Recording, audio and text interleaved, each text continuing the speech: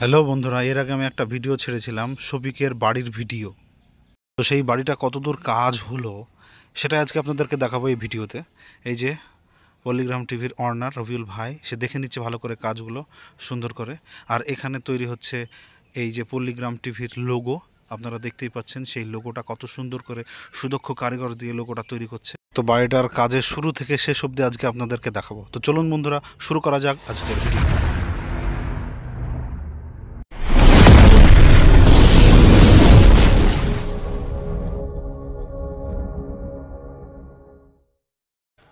তো এটাই হচ্ছে সেই ঢুকে ঢুকে সিঁড়িতে উঠে ঢুকে ঢুকে যে লোগোটা ছিল পল্লিগ্রাম টিভির, সে স্টুডিওর যে আগেকার পোর্শন, আগেকার এরকম ছিল, এখন শুরু হওয়ার ফিনিশিংয়ের পরে কীরকম হয় সেটা আপনাদেরকে দেখাবো। আর এই যে প্রিন্টিংয়ের কাজ চলছিল, আর আমরা যে কাজগুলো করেছি সেগুলো হচ্ছে স্টিলের এই যে প্যারাপিট, সিঁড়ির রেলিং, হ্যাঁ, এগুলোতে কাজ বসবে।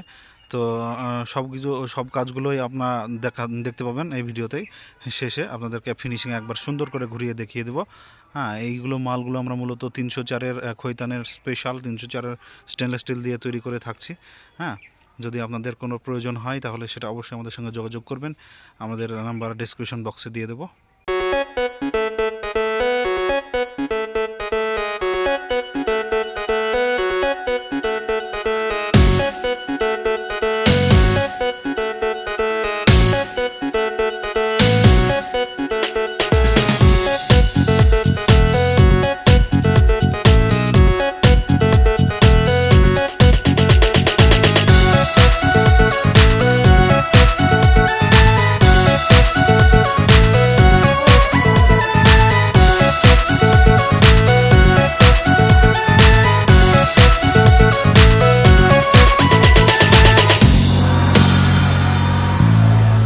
ভাবছি কাজগুলো লাগালে কি লাগবে।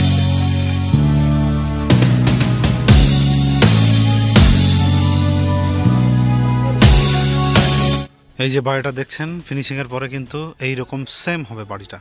আপনারা ভিডিওটা ফার্স্ট থেকে লাস্ট অবধি দেখুন, এরকমই লাগবে।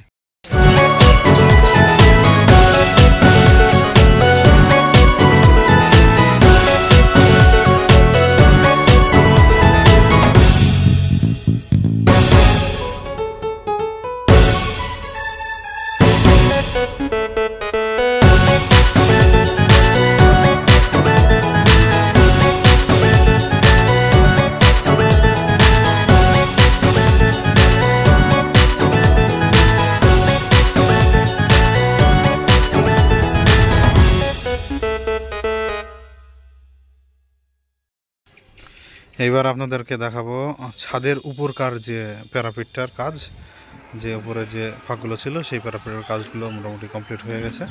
হ্যাঁ, এগুলো এবার স্লো ফ্লেম দিয়ে পট্টি করলে এগুলো ফিনিশিংয়ে চলে আসবে। এগুলো মোটামুটি প্রায় 85 ফুট মতো ছিল এই কাজটা।